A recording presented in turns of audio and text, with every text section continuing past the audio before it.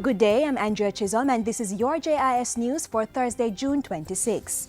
Youth and Culture Minister Lisa Hanna has given the directors of 6 privately operated children's homes 7 days to respond to alleged breaches resulting from the implementation of an unauthorized sexual education program in the institutions. Stacey Ann Smith has more. The program, Realizing Sexual and Reproductive Health Responsibility, was implemented by the human rights group Jamaicans for Justice and only came to light through media reports and a publication from the JFJ. Acting on the Youth Minister's directive, the Child Development Agency investigated the matter and submitted a report that outlined several breaches of the regulations governing children's homes. Among other things, it says the administrators failed to first seek approval of the curriculum by the minister and did not advise the CDA about the program, even though they were visited by monitoring officers from that agency during the period. Parts of the training material were found to be inappropriate for the age cohort, most of whom the CDA says appears to have been below age 16. The Child Development Agency also reports that some elements may even have contravened existing Jamaican laws.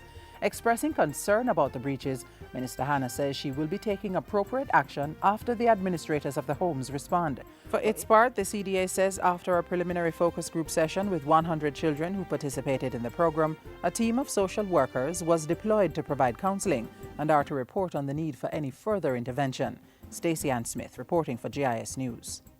The Managing Director of the International Monetary Fund, IMF, Christine Lagarde, is scheduled to arrive in Jamaica Thursday evening. Madame Lagarde will meet with the Prime Minister and Finance Minister, senior government officials, and the parliamentary opposition on Friday. She will also participate in a number of outreach activities before departing the island on Saturday. The Ministry of Finance says the visit underscores the IMF support for Jamaica's economic reform program and signals its commitment to assisting the wider Caribbean. Just last week, the Executive Board of the IMF confirmed that Jamaica passed all 4 tests under Year 1 of the Extended Fund Facility. Jamaica is set to receive another $70.9 million from the multilateral agency, bringing total disbursements to date to approximately $414.4 million. The local government ministry will be spending $171.3 million this financial year, repairing a number of fire stations and addressing equipment needs in the service. In his sectoral presentation Wednesday, State Minister Colin Fagan said that amount included $39.9 million to repair a number of fire stations. $90 million is also budgeted to buy 3 new fully equipped fire trucks and 1 ambulance for the emergency medical service. Another 2 ambulances, along with fire trucks and a fire boat, will be repaired at a cost of $21.4 million, while $20 million is set aside to buy firefighting equipment, including 100 bunker gears and a fire hose. We cannot escape the realities of the economic climate that currently exists, but we will not allow our firefighters to operate under less than favorable conditions. We are not in a position to carry out the large-scale upgrading that is required. We are striving towards meeting full compliance with the fire safety standards at our fire stations. As part of that, contracts have already been signed to renovate the Savlamar and Brownstown fire stations. Funds have been allocated to commence preliminary works at the Port Maria and Barnett Street fire stations, and rehabilitation work continues at the St. Anne's Bay fire station.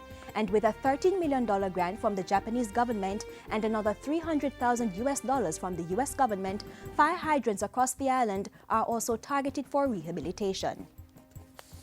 Government is spending millions of dollars this financial year to improve sporting infrastructure across the island.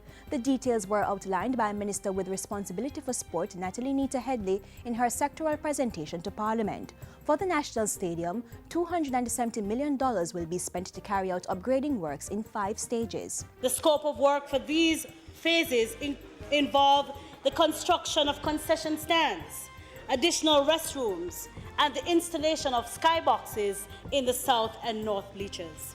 Rehabilitation work has started on the bleacher stands, and 14 street lamps have been retrofitted with energy-efficient LED bulbs. In the meantime, the Trelawney Multipurpose Stadium will also be upgraded. Work has already commenced to improve some facilities there. We have just spent just over $8 million on refurbishment of the outfields, the players' areas, and the installation of 4 new pitches. The Fosrich Group of companies has also begun to install floodlights at Sabina Park in Kingston, and over the next 2 years, $250 million will be spent to improve fields, running tracks and courts in 24 high schools across the island. And finally, the Education Ministry has launched an online jobs board to open up more employment opportunities for trained educators finding it difficult to source jobs. It gives employers access to a database of over 800 resumes from persons with trained teacher certification, as well as a space for employers to advertise job vacancies. Job advertisements on the site are not limited to the education sector, and the ministry is inviting organizations from all sectors of the economy to post job vacancies. It's accessible at teachersjobmatch.gov.jm, and the ministry says it's already being used. There is no charge for employers or job seekers to register as users of the jobs board. And that's it for JIS News today. I'm Andrea Chisholm. Thank you for watching.